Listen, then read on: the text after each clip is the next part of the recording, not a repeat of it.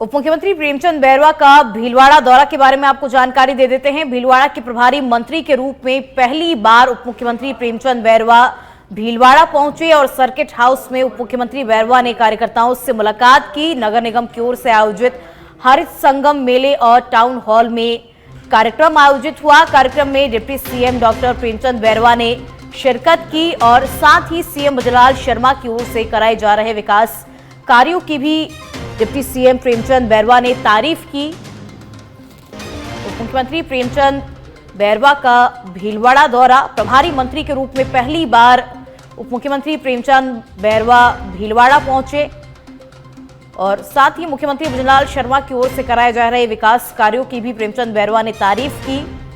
कार्यकर्ताओं से भी उन्होंने मुलाकात की। सीएम ब्रजलाल शर्मा की ओर से जो विकास कार्य कराए जा रहे हैं उनकी डिप्टी सीएम प्रेमचंद बैरवा ने तारीफ की।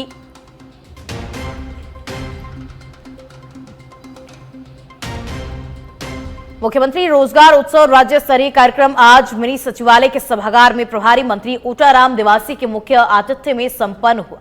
राज्य स्तरीय कार्यक्रम मुख्यमंत्री ब्रजलाल शर्मा के मुख्य आतिथ्य में बिरला ऑडिटोरियम जयपुर में आयोजित हुआ था। कार्यक्रम में प्रदेश के समस्त जिले वीडियो कॉन्फ्रेंसिंग के माध्यम से जुड़े। उक्त कार्यक्रम के दौरान जिले में नवनियुक्त पुलिस विभाग के 200, स्वास्थ्य विभाग के 40 और शिक्षा विभाग के 22 तथा वित्त विभाग के 42 कार्मिकों को वेलकम किट एवं नियुक्ति पत्र प्रदान किए गए। उक्त कार्यक्रम के दौरान जिले में ऊर्जा विभाग, शिक्षा विभाग, सार्वजनिक निर्माण विभाग, पर्यटन विभाग, पंचायती राज विभाग सहित अन्य विभागों के विभिन्न कार्यों का शिलान्यास व लोकार्पण भी किया गया।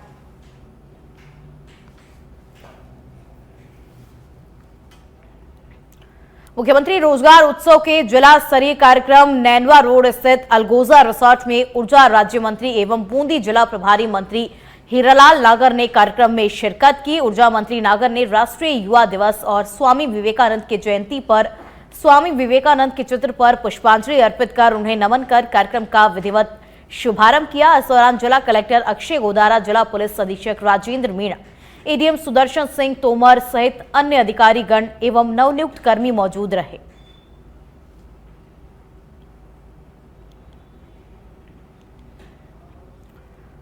अजमेर के पुष्कर में विधानसभा अध्यक्ष वासुदेव देवनानी ने रघुनाथ श्याम मंदिर में भगवान रामलला का अभिषेक किया और हवन यज्ञ में आहुतियां दी। देवनानी ने पंडित कैलाशनाथ दादिच और कुलदीप दादिच के आचार्यत्व में रघुनाथ शाह की महाआरती कर जगत कल्याण की प्रार्थना की।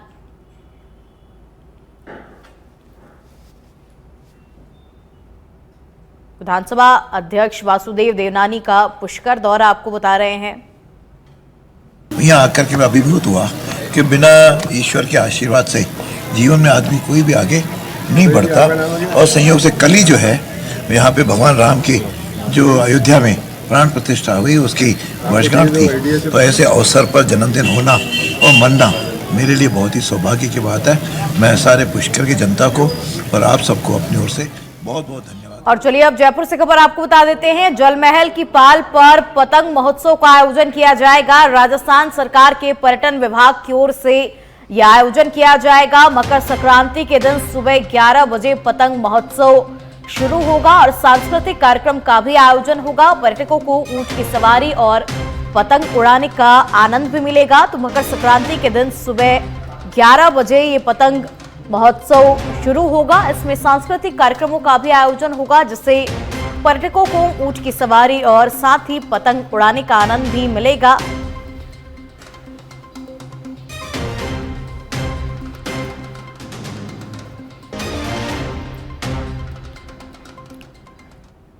और चलिए अब कुणाल भटनागर की रिपोर्ट आपको बता देते हैं। राजस्थान में मेडिकल शिक्षकों की भर्ती प्रक्रिया पर यूडीएफ ने सवाल उठाए हैं। विभाग पर मनमानी के आरोप लगाए गए हैं। राजस्थान मेडिकल एजुकेशन सोसाइटी और राजस्थान मेडिकल एजुकेशन डिपार्टमेंट की नीतियों पर सवाल खड़े किए गए हैं। यूनाइटेड डॉक्टर्स फ्रंट ने राज्य भर में असिस्टेंट और एसोसिएट प्रोफेसर्स की भर्ती परीक्षा पर अब गंभीर सवाल खड़े कर दिए गए हैं। डॉक्टर्स का आरोप है कि मेडिकल शिक्षकों की नियुक्ति के दौरान मेडिकल एजुकेशन डिपार्टमेंट ने स्पष्ट सीट मैट्रिक्स जारी नहीं की और डॉक्टर्स का आरोप है कि यह भी नहीं बताया गया कि और पोस्टिंग मेरिट के बजाय सुविधा के आधार देने का आरोप लगाया गया है। यूडीएफ के राष्ट्रीय अध्यक्ष डॉक्टर लक्ष्य मित्तल का कहना है कि टॉप रैंकर्स को भी काउंसलिंग प्रक्रिया के बाद उनकी पसंद की पोस्टिंग नहीं दी गई। पिछले महीने राजस्थान सरकार ने असिस्टेंट और एसोसिएट प्रोफेसर्स के लगभग 1500 रिक्त पदों के लिए डॉक्टर्स की भर्ती निकाली थी, लेकिन आरोप है कि विज्ञापन में केवल कुल रिक्त पदों की जानकारी दी गई और ये स्पष्ट नहीं किया गया कि किस विभाग और कॉलेज में जिले में कितनी सीटें खाली हैं। इस पर डॉक्टर्स का कहना है कि अपनी पसंदीदा पोस्टिंग के लिए विकल्प भरने के बावजूद उन्हें सैकड़ों मील दूर पोस्टिंग मिली और जब इसका कारण पूछा गया तो बताया गया कि संबंधित विशेषता और संस्थान या जिले में कोई सीट खाली नहीं है। यूडीएफ ने सवाल उठाया कि यदि सीट खाली नहीं थी तो विकल्प देना तो औचित्य था। 6 जनवरी 2025 को एक अधिसूचना जारी की गई थी। डॉक्टर्स को 6 से 8 जनवरी 2025 के बीच में ऑनलाइन ट्रांसफर के लिए आवेदन करने को कहा गया था। हालांकि अधिकारियों ने स्पष्ट किया कि आवेदन भरने मात्र से ट्रांसफर का अधिकार नहीं दिया जाएगा। यूडीएफ ने राज्य सरकार से मांग की कि उम्मीदवारों को उनकी पसंद के अनुसार पुनः आवंटन का अवसर दिया जाए और नियुक्ति प्रक्रिया में पूरी पारदर्शिता सुनिश्चित करते हुए सीट मैट्रिक्स जारी किया जाए। इसी के साथ आपको बता दें कि मेडिकल एजुकेशन डिपार्टमेंट की नीतियों की समीक्षा भी की जाए। ग्राउंड लेवल रिपोर्ट्स जो आ रही हैं चिकित्सा शिक्षा विभाग की बहुत ही शर्मनाक हैं और निंदनीय हैं। रिसेंटली राजमेस के अंडर में इन्होंने वैकेंसीज निकाली थी और नियुक्तियां की गई हैं असिस्टेंट और एसोसिएट प्रोफेसर्स की, चिकित्सा शिक्षकों की बहुत से जिलों में राजस्थान के, जिसमें कि आप देखेंगे कि 50% से भी कम लोगों ने अभी तक ज्वाइन किया है। 13 तारीख आखिरी डेट है। सरकार एक साइड दावा कर रही है कि हम पूरी ट्रांसपेरेंसी से जो है नियुक्तियां कर रहे हैं, ट्रांसफ़र पॉलिसीज़ ऑनलाइन लेके आए हैं, और अगर आप ग्राउंड लेवल रिपोर्ट्स इसकी डीपली स्टडी करेंगे, राजमेस की जो ये वैकेंसीज हुई हैं ये सिर्फ एक इंटरव्यू बेस्ड थी, जिसके अंदर ना तो कहीं इन्होंने सीट मैट्रिक्स दिया, किस कॉलेज में, किस जिले में, किस विभाग में कितनी सीट्स वैकेंट हैं, किसी को कुछ नहीं पता। डायरेक्टली उन्हें ऑर्डर दिया गया, नियुक्तियां दी गई कि यहाँ यहाँ पटक दिया गया है, अपनी मनमानी की गई है, मनमर्जी की गई है। स्टूडेंट्स की जो कैंडिडेट्स ने, जो चिकित्सक शिक्षकों ने अपनी चॉइसेस भरी थी, वो किसी की भी 90% आप सर्वे करवा लीजिए, किसी को भी अपनी मन। भरतपुर के बयाना से खबर आपको बता दें, वन विभाग की टीम पर हमला किया गया है। हमलावरों ने वन विभाग से अवैध खनन में जब्त वाहन को छीना और कैला देवी झील बाड़ा नाका के गांव राजगढ़ की पूरी घटना है। रेंजर नरेंद्र कुमार चौधरी ने राजकार्य में बाधा उत्पन्न करने का मामला वैर थाने में अब दर्ज करवाया है।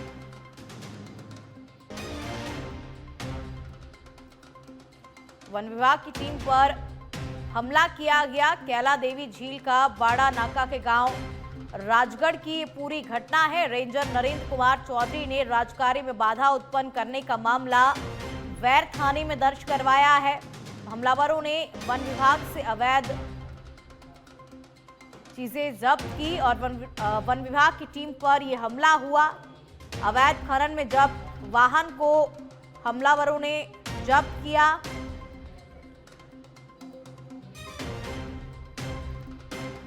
लो फ्लोर बस में रिटायर्ड आईएएस अधिकारी से मारपीट करने का मामला सामने आया है। जेसीटीएसएल प्रशासन ने आरोपी कंडक्टर पर अब एक्शन लिया है। आरोपी कंडक्टर को सस्पेंड कर दिया गया है। जानकारी के अनुसार आपको बता दें, 2 दिन पहले कानोता थाना इलाके की पूरी घटना है। किराए को लेकर के कंडक्टर और रिटायर्ड आईएएस के बीच में कहासुनी हुई। इसके बाद बस कंडक्टर ने रिटायर्ड आईएएस अधिकारी से मारपीट की।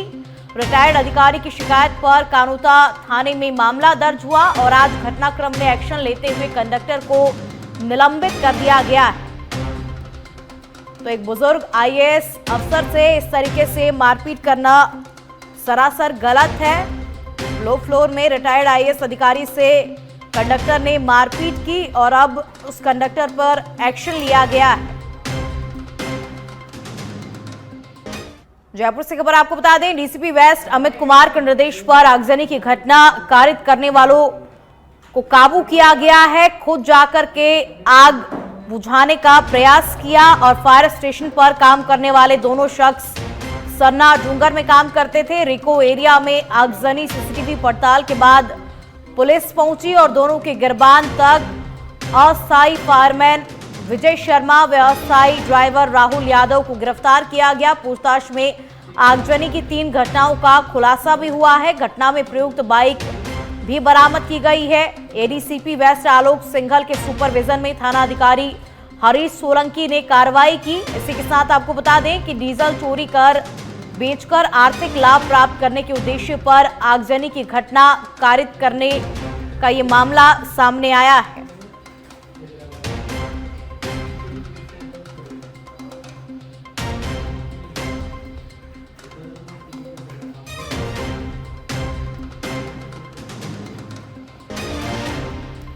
इसी बीच बड़ी खबर आपको बता दें, बीजेपी राष्ट्रीय संगठन महामंत्री बीएल संतोष का जयपुर दौरा। एयरपोर्ट से सीधे भाजपा मुख्यालय बीएल संतोष पहुंचे। भाजपा प्रदेश मुख्यालय में संगठन पर्व के तहत बैठक लेंगे। प्रमुख नेताओं से अलग अलग संवाद करेंगे। तो भाजपा प्रदेश मुख्यालय बीएल संतोष पहुंच गए हैं। भाजपा प्रदेश मुख्यालय में संगठन पर्व के तहत बैठक होगी और बस कुछ ही देर में ये बैठक शुरू होने वाली है। प्रमुख नेताओं से अलग अलग करके संवाद किया जाएगा। तो बीजेपी राष्ट्रीय संगठन महामंत्री बीएल संतोष का जयपुर दौरा। भाजपा प्रदेश मुख्यालय बीएल संतोष पहुंच गए हैं और बस कुछ ही देर में ये बैठक शुरू होने वाली है। भाजपा प्रदेश मुख्यालय में संगठन पर्व के तहत बैठक हो रही है और बस प्रमुख नेताओं से अलग अलग बीएल संतोष संवाद करेंगे। तो बीजेपी राष्ट्रीय संगठन महामंत्री बीएल संतोष का जयपुर दौरा और भाजपा मुख्यालय बीएल संतोष पहुंच गए हैं। अलग अलग नेताओं से बीएल संतोष संवाद करेंगे। भाजपा प्रदेश मुख्यालय में संगठन पर्व के तहत बैठक आयोजित हो रही है और इस बैठक में बीएल संतोष पहुंच गए हैं। प्रमुख नेताओं से अलग अलग संवाद करेंगे बीएल संतोष। तो बीजेपी राष्ट्रीय संगठन महामंत्री बीएल संतोष का आज जयपुर दौरा और भाजपा प्रदेश मुख्यालय बीएल संतोष पहुंच गए हैं। राष्ट्रीय संगठन महामंत्री कुछ ही देर में बैठक लेंगे और प्रदेश संगठन पर्व को लेकर के समीक्षा भी बीएल संतोष करेंगे। बांसुर क्षेत्र में मौसम ने अचानक परिवर्तन हुआ। देर शाम आसमान में घने बादल छा गए, जिसके चलते 1 घंटे तक रुक रुक कर हल्की बूंदाबांदी और बारिश हुई, जिससे कड़ाके की सर्दी का आगाज हुआ। बांसुर क्षेत्र में सुबह से ही बादल छाए रहे और दोपहर में भी धूप नहीं निकली। वहीं कस्बे के बाजार में भी सन्नाटा पसरा हुआ नजर आया और ठंड के चलते लोग अलाव का सहारा लेते हुए नजर आए। बाजार में रोजमर्रे वाले पल्लेदार भी खाली बैठे रहे। बाजार में काम धाम नहीं होने पर आग जलाकर लोग बैठे रहे और रात के मध्य में बारिश के कारण सुबह से ही घना कोहरा छाया हुआ है, जिससे विजिबिलिटी भी प्रभावित हो रही है। मौसम के अचानक बदलाव से ठंड को और भी ज्यादा ठंड बढ़ गई है और शीतलहर के प्रभाव से कड़ाके की सर्दी का एहसास हो रहा है और लोग तेज सर्दी के कारण कपकपाते नजर आ रहे हैं। ऐसे में लोग गर्म कपड़े पहनने के साथ साथ अधिक तापमान पाने के लिए अलाव का सहारा लेने को मजबूर है।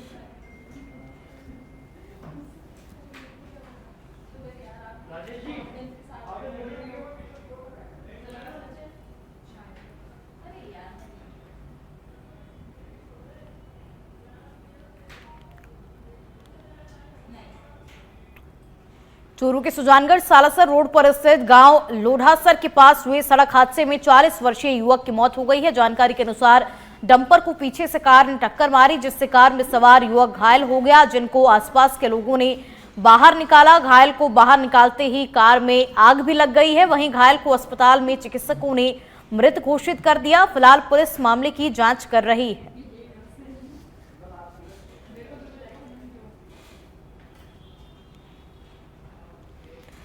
धौलपुर एसपी सुमित मेहड़ा के निर्देशन में इन दिनों क्षेत्र में अवैध चंबल वजरी की रोकथाम के लिए सरमथुरा पुलिस द्वारा धरपकड़ अभियान चलाया जा रहा है, जिसके तहत सरमथुरा पुलिस ने गैंगसा मशीन पर बड़ी कार्रवाई करते हुए अवैध चंबल बजरी की 25 ट्रॉली को जब्त करने में सफलता हासिल की है। पुलिस की कार्रवाई से अवैध बजरी खनन कारोबारियों में हड़कंप मच गया है और सरमथुरा थाना प्रभारी अनूप सिंह ने बताया कि मुखबिर से सूचना प्राप्त हुई कि करौली रोड स्थित पेट्रोल पंप के पास शिवनारायण इंडस्ट्रीज गैंगसा पर बड़ी मात्रा में अवैध चंबल बजरी का भंडारण किया जा रहा है और सूचना के आधार पर सरमथुरा थाने पर पुलिस टीम का गठन कर उक्त गैंगसा मशीन पर छापामार कार्रवाई की गई है।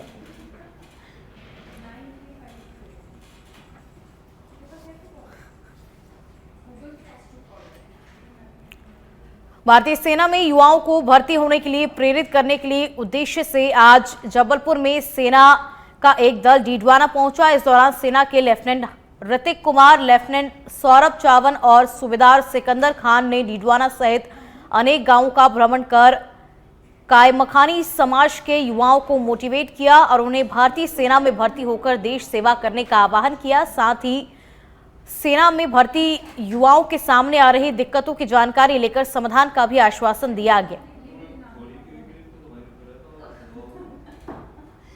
दिदवाना दौरे पे आने का हम सिर्फ दिदवाना नहीं, आसपास के हमारी 3 टीमें हैं जो हर जगह जा रही है कि जो केमखानी कौम है, हमारे ग्रेनेडियर्स में 8 पलटने हैं जिसमें केमखानी कौम है।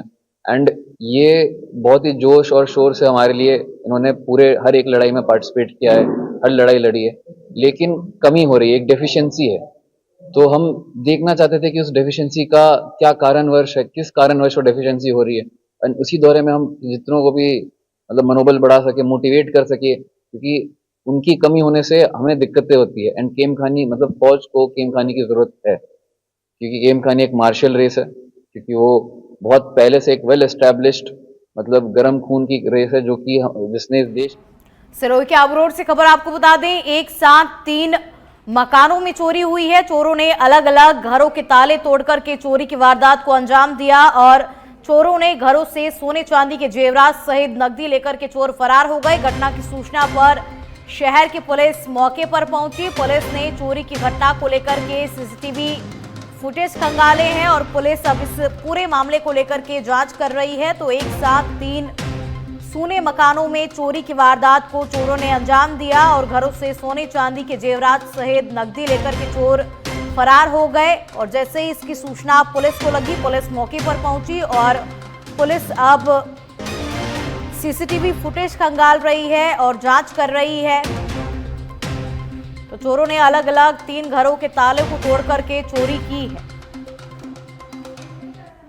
खबर डीडवाना जिले से है, जहां पर संचालित महिला स्वयं सहायता समूहों को सशक्त बनाकर उन्हें वित्तीय सहायता उपलब्ध करवाने और उन्हें खुले बाजार से जोड़ने के मकसद से प्रोजेक्ट सक्षम सखी चलाया जा रहा है। इसी क्रम में आज डीडवाना के राजकीय बागड़ महाविद्यालय में सक्षम सखी मेला आयोजित किया गया। मेले में जिले भर के स्वयं सहायता समूहों ने अपने अपने उत्पादों के स्टॉल लगाई।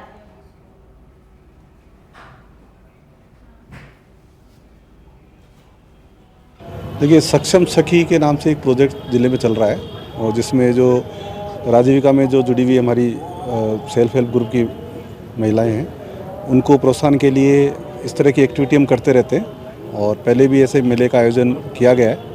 आज फिर ये मेला रखा है और जिसमें ये जो लोग सेल्फ हेल्प ग्रुप जो काम कर रहा है, आप लोगों ने देखा है, मसाले, साबुन, ये मुड्डे और कई सारी सामग्री यहाँ पे ये लोग तैयार कर रहे हैं, बहुत मेहनत से ये काम कर रहे हैं।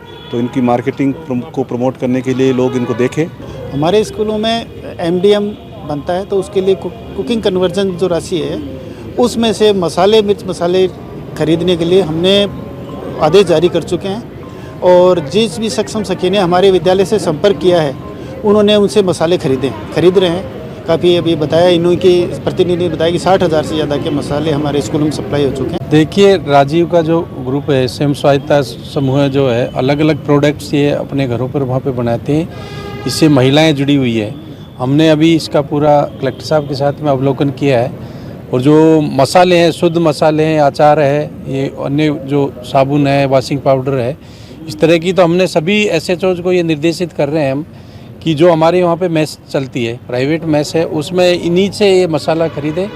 इनकी शुद्धता भी रहती है और इनको भी उसमें प्रोत्साहन मिलेगा। हम बाजरा के प्रोडक्ट बनाते हैं और हमें नाबार्ड द्वारा ट्रेनिंग मिली है हमारी स्वयं सहायता समूह की महिलाओं को। इसमें हम बाजरा की चकली, मठरी, नमकीन, बाजरा के बिस्किट और खाकरा अनेक प्रोडक्ट बनाते हैं जितने बाजरा के बनते हैं। ये कहाँ सेल करते हो आप? कहाँ सेल करते हो? ये हम स्टॉल भी लगाते हैं, कोई बड़ा प्रोग्राम होता है। और डीडवाना जिले के मकराना शहर के रेलवे ओवरब्रिज पर एक तेज रफ्तार कार अनियंत्रित होकर के पलट गई है। गनीमत रही कि इस हादसे में कार सवार 3 युवक बाल बाल बच गए। हादसे के बाद लोगों ने तीनों युवकों को कार से बाहर निकाला और कार से निकालते ही 2 युवक मौके से फरार हो गए। वहीं एक युवक को पुलिस अपने साथ थाने ले गई।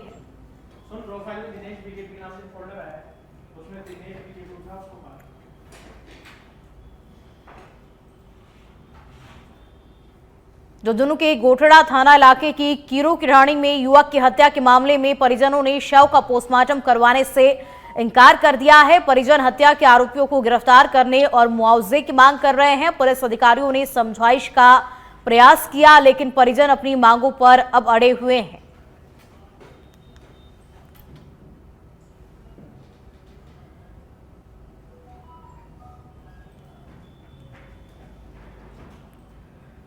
गांवों में पुराने तालाबों और जीर्णोद्धार और सौंदर्यीकरण के लिए राज्य सरकार ग्राम पंचायतों के माध्यम से हर वर्ष करोड़ों रुपए खर्च कर रही है, पर सिरोही जिले के शिवगंज पंचायत समिति के अधीन आने वाली पोसालिया ग्राम पंचायत के जिम्मेदारों ने तालाब का सौंदर्यीकरण करने की बजाय गांव के मुख्य तालाब को ही कचरा और गंदे पानी के लिए डंपिंग यार्ड बना दिया है। पर जिम्मेदार इस कदर कुंभकर्णीय नींद सो रहे हैं कि उनकी नींद खुलने का नाम ही नहीं ले रही है। तो ये पानी जवन नहीं है ये माई मेर हाँ जो अटी वेन तो पानी माई आवे वो साथ तकलीफ है कि मेरे तो वापसी का तकलीफ है। अच्छा हाँ घनी तकलीफ है। चार बार नींद तिकाड़ी है तो बाद में गंदगी थी सारा मोर गंदगी थी सा बीमारी बोले ने टाबर है तो मैं पढ़े करता नगर आगने पड़े और 24 घंटा तालाब भरियोड़ो पड़ियोड़ो सेम जी वो की तो के निकाल दो पानी तो कोई अरे तो कोई कहता है नहीं पानी निकाले कौन। मैं मारा घरे रहता न नैन का टाबर नगर ने राखी हुआ था तो गिर जाए धराप पड़े मैं मनक पड़े न कोई गंदगी कोई निकालते ही कोई नहीं सा क्या धराव है कूतरू है मैं पाक दो डोकरा पाड़े वे नेरो तो नहीं जानो प्रू पड़ा है तो मरे जा जो मोड़ा ढाकन वो जरूरी है। हाँ कोटपुतली के नीमराना औद्योगिक क्षेत्र के फेज 1 में अज्ञात कारणों से घीन और मेटल कंपनी में आग लग गई है। आग की सूचना लगते ही नीमराना बहरोड़ घिलोट से दमकल की गाड़ियां मौके पर पहुंची और आग बुझाने में जुट गई, लेकिन आग ने विकराल रूप धारण कर रखा है जिसके कारण आग बुझाने में बड़ी समस्या आई, लेकिन आखिरकार कड़ी मशक्कत के बाद आग पर काबू पा लिया गया है।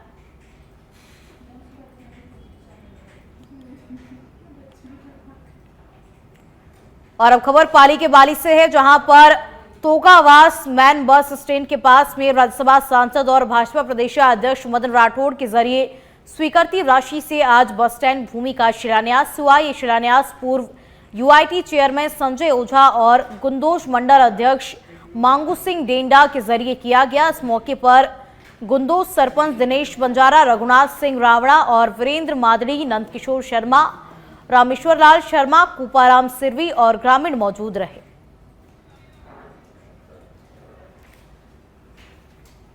और अब खबर अलवर के खेडली से है, जहां पर श्री पल्लीवाल जैन सेवा समिति के जरिए संतू कबा दुर्लभ जी ब्लड बैंक जयपुर के सहयोग से 16वें विशाल रक्तदान शिविर का आयोजन श्री पल्लीवाल जैन धर्मशाला में किया गया। शिविर के उद्घाटन समारोह की अध्यक्षता समाज सेवी रामबाबू जैन दातिया, समारोह के मुख्य अतिथि अनिल कुमार जैन ने की।